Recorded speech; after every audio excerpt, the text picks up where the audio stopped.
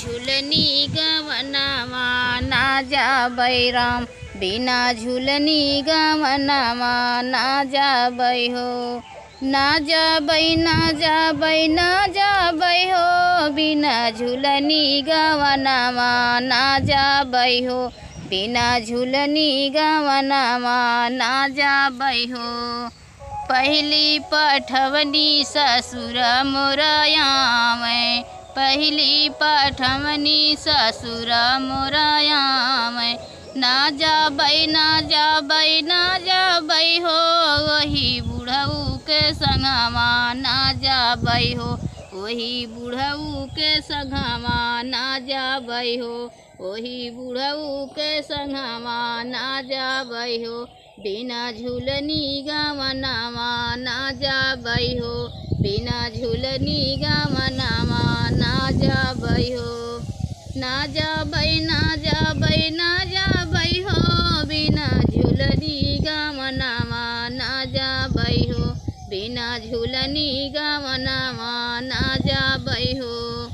दूसरी पठवनी जेठ मोरयामै, दूसरी पठवनी जेठ मोरयामै, ना जाबै ना जाबै ना जाबै हो, वही अछूतऊ के संगमा ना जाबै हो, वही अछूतऊ के संगमा ना जाबै हो, बिना झूलनी गवनामा ना जाबै हो, बिना झूलनी गवनामा ना जाबै हो।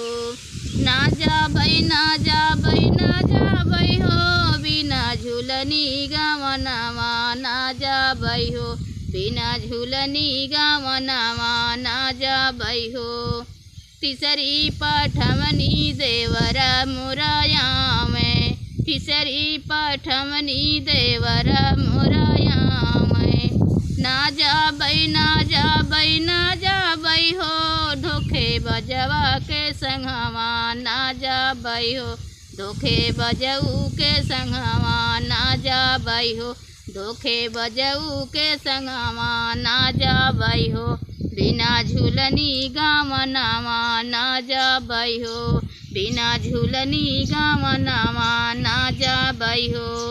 ना जाबै ना जाबै ना जाबै हो, बिना झूलनी गवनामा ना जाबै हो, बिना झूलनी गवनामा ना जाबै हो। कैसा लगा कमेंट बॉक्स में